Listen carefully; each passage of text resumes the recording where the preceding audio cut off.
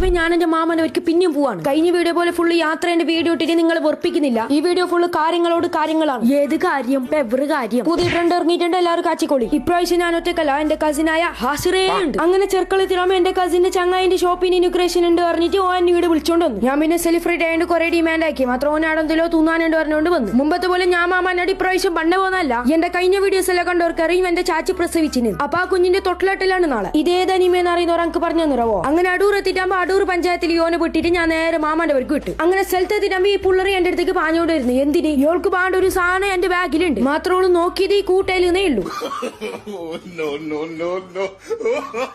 അങ്ങനെ നമ്മ പൊരുക്കെത്തിയിട്ടുണ്ട്. എന്റെ മുമ്പത്തെ വീഡിയോയിൽ ഞാൻ പറഞ്ഞു നമ്മളെ പഴയ പോലെ പൊളിക്കുന്നു. ഇപ്പൊ നല്ല പാല പൊളിച്ചിട്ടുണ്ട്. ആ ചാച്ചാണ് ഇതെല്ലാം ആക്കിയത്. ഇതാണ് ഞാൻ പറഞ്ഞ എന്റെ ചാച്ച. ആള് സൗദിയിലാണ്. ഞാനൊരു സീരിയസ് ആയിട്ടുള്ള കാര്യം ചെയ്യട്ടെ. ഇതിൽ ഞാൻ ഇരുന്നെങ്കിൽ ഇങ്ങനെ ഉണ്ടാവും. കുഞ്ഞിനെ ഞാൻ തൊട്ടിലായിട്ടല്ല എന്നത് വ്ളോഗിന് കാണിക്കാം. കുഞ്ഞിന്റെ പേരും കുഞ്ഞി ബോയ ഗേൾ എന്നുള്ളത് അതേ വ്ളോഗിൽ റിവീൽ ചെയ്യാം. അതിനേശം ഒരു വെൽക്കം ഡ്രിങ്ക് ആയിട്ട് ജ്യൂസും കുടിച്ച് വീട്ടുകാരെ നാട്ടുകാരെ മുടിപ്പിക്കാനായിട്ടൊരു ജന്മം. ആര്? ഞാൻ തന്നെ. അങ്ങനെ കുച്ചിലൂടെ പോകുമ്പോൾ പപ്പടത്തിന്റെ പോലത്തെ ഒരു സാധനം കാണുന്നത്. ബാക്കിയുണ്ടായ ചോറിന്റെ അരിനെ അയച്ചു കൊയിച്ചിട്ടാൽ ഇങ്ങനെ ആക്കിയത്. അങ്ങനെ ആടുന്ന് കുറച്ച് റീൽ എടുത്തിട്ട് നേരെ ചോറിക്കാൻ വിട്ടു. നാട്ടുകാരന്റെ ബണ്ണല്ല തീറ്റ ബ്ലോഗർ എന്ന് പറയുന്നത്. അതിന്റെ അടിയിലാണ് ഈ കൊഞ്ചി 10 മൈനീസും കൂട്ടിട്ട് തിന്നുന്നത്.